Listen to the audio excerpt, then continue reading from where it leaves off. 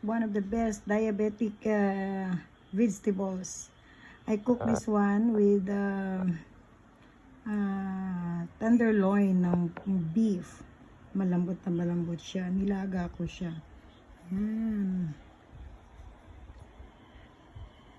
Pag mga diabetic kayo, ito yung magandang gulay. Yan, sweet potato, yum. Cook mo with tenderloin na beef, kahit ilang piraso lang, just to taste. At saka lagyan nyo ng cabbage. Kasi maganda itong cabbage, anti-inflammation. Yan. And of course, hindi siya mabubuo pag walang kanin. Yan. Just a little bit. Kuha lang kayo ng konti. Yan.